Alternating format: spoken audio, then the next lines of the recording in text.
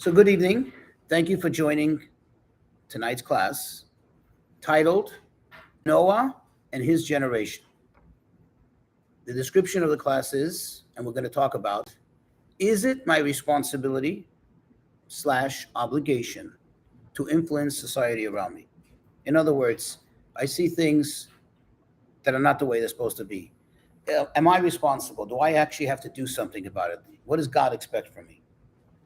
So, first of all, just as a reminder, visit those who are watching, please visit us at bnacademy.org. And if you have any questions at any time, please email us to askme@torahquestions.com.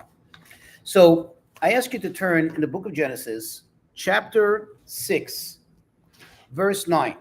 Now, we once had a class about this, to be fair, but like every single verse in the Torah, there's so much to talk about, so many dimensions, so many angles to look at it, and all are true, all are consistent. Let's remember, God is infinite. This is His wisdom, so it's infinite. So it's not like one thing is more right than the other. It's just at any given time, any angle that you're approaching it from, that is the correct truth. That is true so long that it's consistent with the message of the Torah. So if you read the verse, what does it say in the verse? I'm going to read the Hebrew. Eila toldot Noach.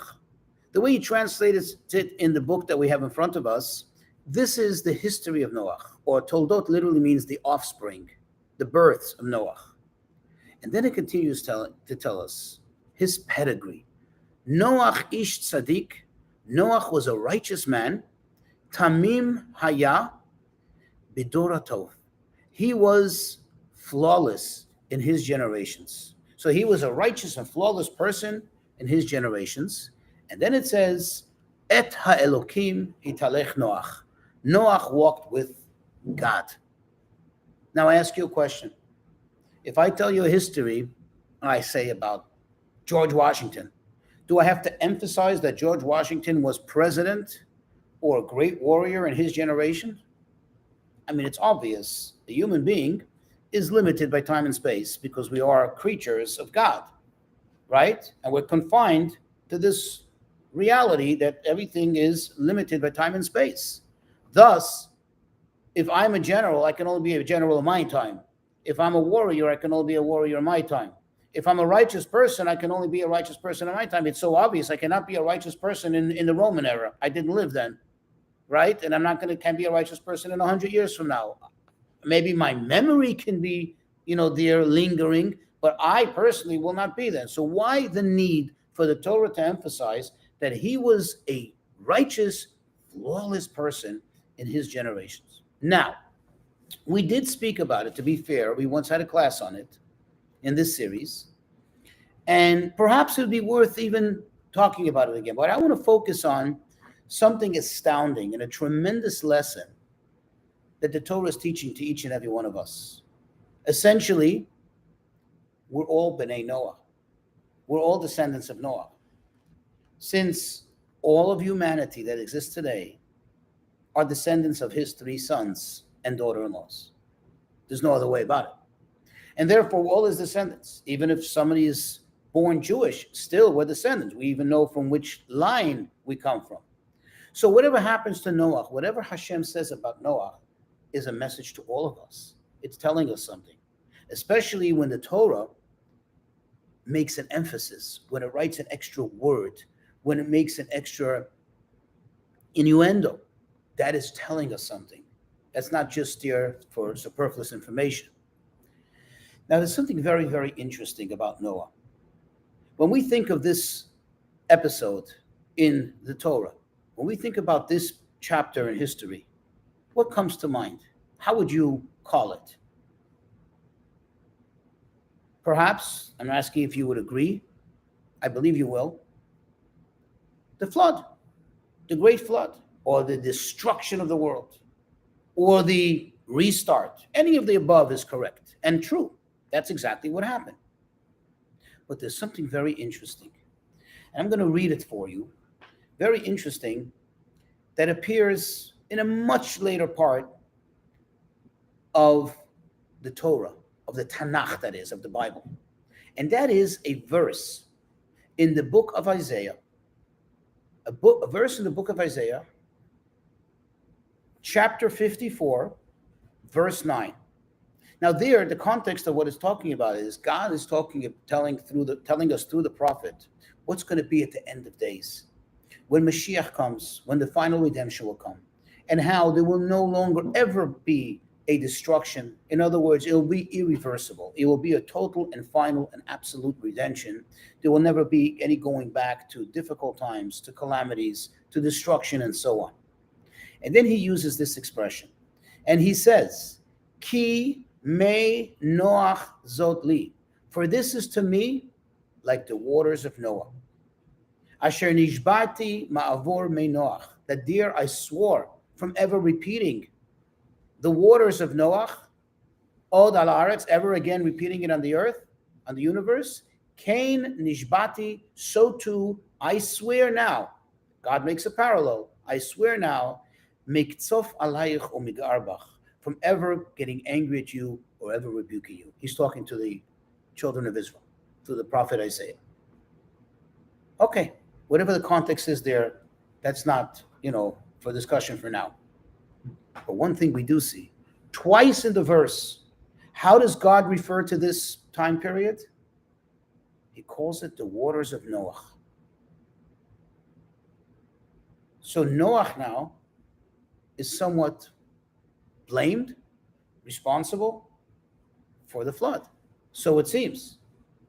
You call it the waters of Noah. It got nothing to do with Noah, because look in the verse that we just read. Noah was a righteous man. Not only was he righteous, flawless, and we all know, of course, who is the one that was tasked with building the ark. Not only was he tasked with building the ark, but he was meant to build it from scratch. He was meant to do every single aspect of the work, every single detail. Thus, it took him the span of 120 years. I don't know about you, but when I do a project, I need to see results after a little while. 120 days, I couldn't do a project without seeing results. I don't even know if 120 minutes. Okay. But 120 days, 120 weeks, 120 months, 120 years. Speak of dedication. Speak of commitment. Speak of loyalty and subservience to God and to his word. So this guy is flawless. He's perfect. And yet, God says, you remember that? The waters of Noah. Now, maybe some of you are thinking, come on, it's just like it's a nice poetic euphemism. First of all, there's no such thing in the Torah and God's word. There's no poetic euphemisms. There's no, you have like a freedom of literary freedom, or what they call, license. No. You don't have a license to just, God doesn't need that. Everything God says is exact, to the point, telling, it has a lesson. It's telling us something. What is this telling us? Why is the man being blamed for it? God himself, if you remember the verse where God himself says to him, it's you that I find righteous from all the people, right? It's you that I find to be the correct person whom I'm going to save, who I'm going to spare from all these people. So if anything, Noah is the antithesis of what happened. Noah is the exact opposite. He was not in the waters. He did not have any effect by the waters other than losing the rest of the world population of his day, which maybe wasn't a bad thing for him. They were all wicked, right? So what is it that God is saying? What message is there with saying that these are the waters of Noah? So this goes back, actually, it's already hinted in this verse. What did it say? He was righteous in his generations. Now, simply speaking, it's telling us how great he was. How great was he? Even in his generations, when the power of the negative influence was so strong, was so overwhelming, it didn't faze him. It did not take him off the straight and narrow. He remained loyal He remained absolutely devout to Hashem, to morality, to ethics, to the way a human being is meant to behave. In fact, God himself, the best witness that one can ever have, says he's flawless. Flawless. But there's a problem. He lived in his generations, but sadly, he did not involve himself with the people of his generations. He did not engage with the people. Now, I know that maybe some of us are aware of the Midrash that tells us why and what the purpose was in God having him build this ark over the span of 120 years. He could have hired a crew and maybe done it in 1 year. Could have hired a crew 2 years, 3 years. God said, no, you do it. Imagine what it is. Every rivet, every peg, every wood, everything had to be done by hand. It took so long. What was the purpose? The purpose was that people saw this guy doing a project, right? We all know, as human beings, we have a little curiosity bug in us. And that's why if there's a little fender bender on the highway, or a cop pulls someone over, it creates a whole 3-4 miles of traffic at least, at best. Why? Because everybody's curious. Even if they don't stop to get out of the car and see what's going on, everybody slows down a bit. You slow down a bit, 100 cars slow down a bit, now you have traffic backed up for thousands of cars. Correct? That's what happens. We're all curious. You walk near a building, you see scaffolding going up. No matter how much you try to control yourself, you're going to look up, you're going to try to see what's going on here, get a little curious. Maybe for some people who are more curious in nature, the thought will linger on for a longer time. Maybe they may even ask, hey, what are they doing here? But it's typical. It's normal for us to be curious. And therefore, when Noah's building this thing, maybe initially nobody paid attention. But with time, they're like, what's this guy at? What is he doing? He's in the construction business. Where's the building, right? He's developing some land here. And what's he doing? What's he making?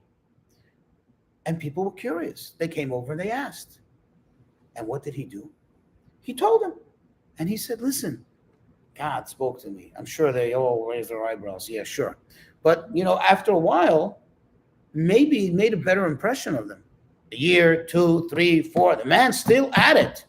It's got either he's totally insane, totally lost his mind, but it's hard when you lose your mind to be consistent for so long. Or perhaps maybe some of the people started thinking, maybe there's something here. He's supposed to say about God spoke to him. He's going to destroy the world.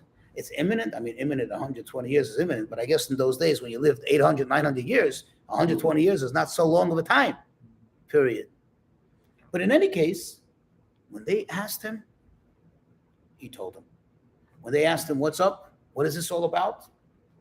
He was happy to share the information. Outside of that, to go out to the people, to try to speak to them, to try to influence them, he didn't do it. He didn't do it. Noah was a tzaddik. A tzaddik means a righteous man. He was a tamim. He was flawless in his generation, not with his generations. He did not make the overt effort. He did not go outside of his comfort zone to try to influence the people. And that's what God is hinting to.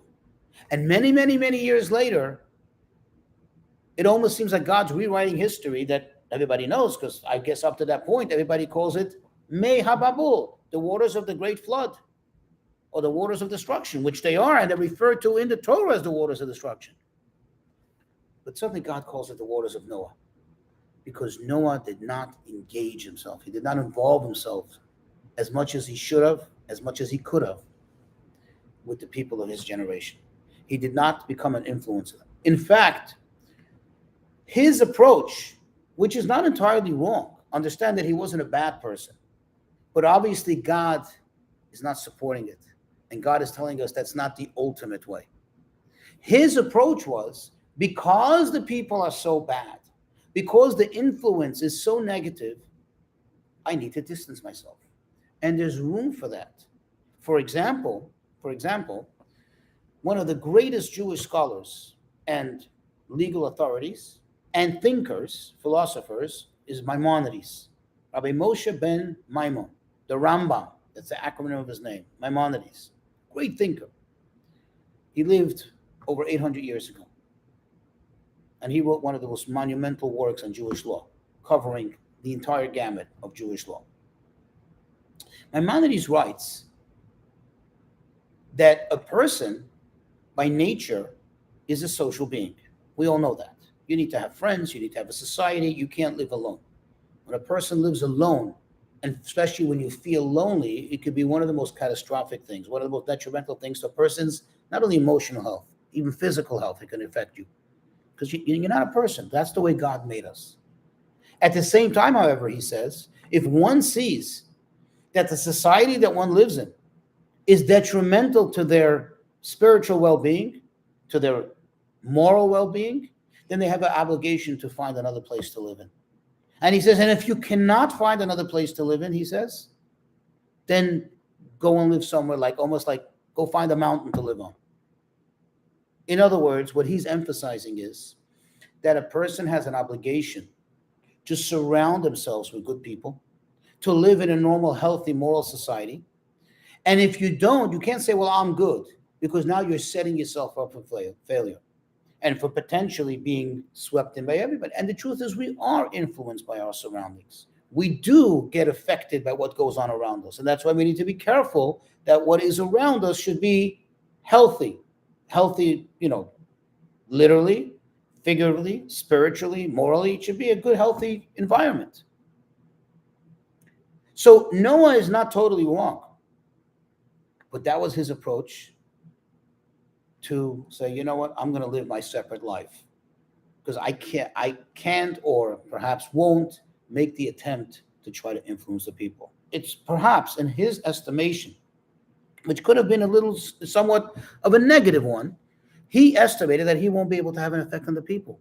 And therefore, the best thing to do is to isolate himself and his family, live as if they're living on a separate island, and just go about them serving God and being the best people that they can be. And again, there's merit to that way of thinking. But what we find out from what it says in Isaiah, and it gives us a glimpse, an idea of what God means here when he says in his generations, is that was the wrong approach. That is not the ideal. Noah should have concerned himself with what's going on around him, with the people. Perhaps shouldn't have had such a negative view of the people. And who knows what influence he could have had. The fact is that not one of the most influential people in the world, the most influential person in the world is Abraham. Abraham didn't live in the best of times either. The people in his day were all idol worshippers.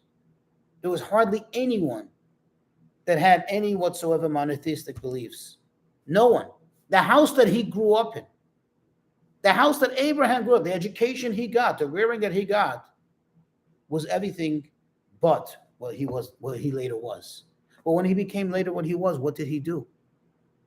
He didn't isolate himself in the study hall or his own little synagogue or his own little environment and just find a few like-minded people and just do his thing. Rather, he went out there. And we all know that he set up shop. He set up a guest house smack in the crossroads where people were traveling from far and near. In other words, he was reaching out not just to the society around him, to the people in his own homogenized, environment.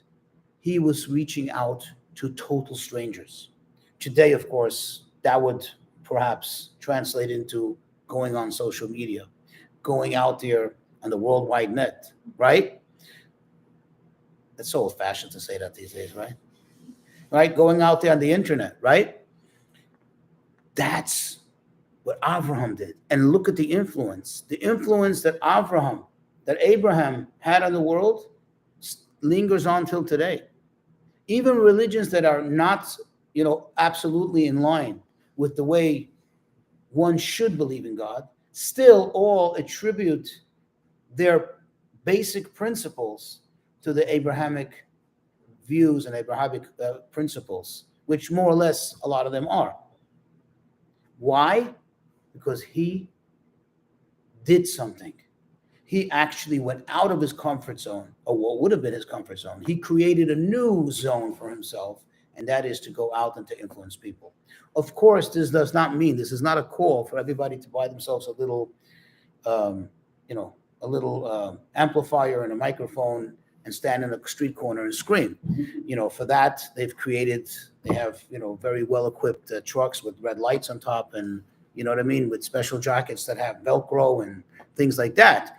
That's not what it's meant. And that doesn't have the impact, that would not influence. But everyone around here, everyone listening, we work in offices. We meet people.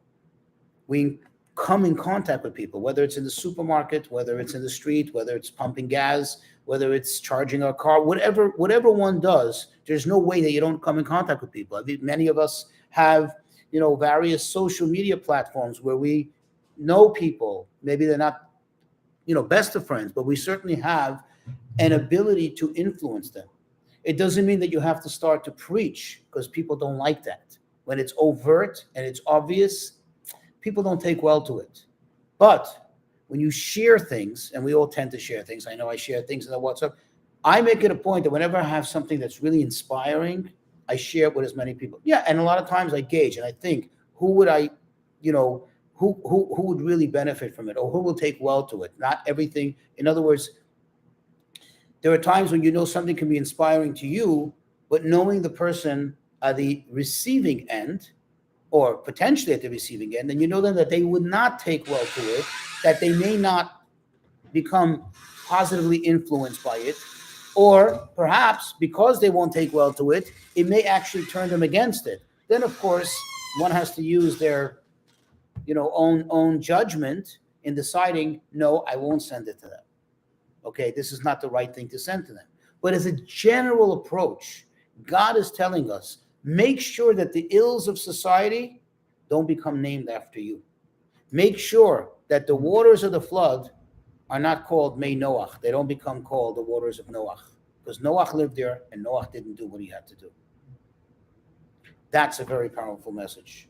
And of course, today, I think more than any other time in history, so much is happening where you can go, you just want to just throw your hands up in the air and wave the white flag and go, what can I do? You could, and you'll be surprised. You'll be surprised. I speak to people whenever I can. Okay, that's what I do for a living, right? I don't stop talking. Okay, I'm told even that I talk in the middle of my sleep, but I don't know. I was never up long enough to know if I'm speaking in my sleep. But I talk to people, but I try many times not to talk as, a rabbi, as a teacher, just as a friend, and try to exchange ideas and information. I try to share things that I found inspiring for my own self. Now, I know you can say, well, that sounds very egotistic. And that's actually a very interesting. That's just an example. That's actually a debate in Jewish thinking, in Jewish law. Do you or do you not publicize good acts that people do? Acts of charity, acts of benevolence. On the one hand, the argument could be, think about it. No. Person does what we call a mitzvah, fulfills the wish of God, does the right thing. That's let God give the credit. You did the right thing. For that, you're going to get now fame, recognition, ego. On the other hand, you look at many institutions, for example, when they need to build a building, and you name a building after someone, and you name a project after someone. Obviously, that someone is the person who not necessarily did so many acts of kindness, but wrote that big check or sent that big wire, so they enable this institution to build that building or to make the project. And the question is that right? I can just tell you that, and I've heard it myself from the Rebbe, from Rabbi Schneerson, the leader of the Chabad movement, and the reason why we're here together in this class, that he actually emphasized, and he quoted the Talmudical sages that say, mitzvah lefarsem oseh mitzvah, that it's actually a mitzvah, meaning it's a very positive thing to publicize those who do good deeds. What's the reasoning behind it? It's very simple. Because, first of all, it's contagious. Some people might come to doing good deeds because they also want their name up there. And on some level, you can think and you go like, that's not the reason to do kindness. That's not the reason to follow Hashem's will. That's not the reason to be a good person. You're right. You're right. It might be a little vain. But think of it. What is that person doing now? Kindness. The right thing. Good. And eventually, because you do good and it feels good, even though your initial motives were maybe to get your name up there, to look good, to sound good, to get written up in a positive light in the newspaper or whatever it is, could be. But what are you doing now? You're doing good, and you're now getting into the habit of being a good person. And what does that lead to? Becoming another, taking it to the next step and becoming a better person. So that's even for a person that's not doing it for the greatest righteous and pious motives. But then you have your typical person, and they see that so-and-so, who's known to be a very, very powerful and successful person, that person finds it important, worthwhile to support, I don't know, this homeless shelter or this institution for the blind or this school for the underprivileged. Wow. I'm influenced by that person's vision and business and that person's wealth and success, right? And you have that. People listen to people who are successful and try to get tips from them, how to lead their lives and how to become better and more proficient at things. If that's what that person sees fit and finds important, then for sure, that's an influence for me. So there is positive influence. So that is what I mean when I say, sometimes I share with people, I go, I was, let's say, for example, I tell them, let's say yesterday, I said, I was in prison today and had the ability just to make a few guys laugh. Not a big deal, but it is. They're in a sad place. For whatever reason, they're there. And I go on Tuesdays usually. I make it a point even to bring jokes. Besides what we study, what we talk, just to tell them some jokes. Every time I make new jokes, I try to make a mental note of it and then share it with them. They laugh. That's not a place to laugh usually. You know what I mean? I shouldn't say this on public record, but I also always try to sneak in some sweets. They're grown men, but a candy makes a difference. You know what I'm saying? So why am I saying it? To pat myself in the back? No, it's so easy. And I tell them always, I say, you don't have the means to give charity, but you do. I said, because even in your environment, if you're just a little nicer to each other, if you just, when you don't feel like it, say good morning to someone else, you might have just changed your whole day. And remember, again, I don't question and doubt, the judicial system in this case. For whatever reason, they're there. For whatever they transgressed, but they're still human beings. They're still human beings who the Torah says are created in the image of God. So there's something godly about them. There's a reason that God found it important to have them alive for that another day. Shouldn't we try to enhance that day? Shouldn't we try to make that day better? I'm just using a small example from my life where I say, here we can just teach someone else. So it's not about bragging and saying, look what I did. That's not a big deal. It's nothing. It was easy. But here to make the effort to influence the people around us. So just to conclude and to just kind of to recap, what's the message here? We should not allow whatever happens in society around us to become named after us. In other words, you cannot just stand by passively, and you cannot just protect yourself and just, crawl into your own corner and do your own studies and your own prayers and your own good deeds and suffice with that. Because one day, I don't want that to happen to me. God will turn around and say, the waters of Noah. And that's not a good thing. I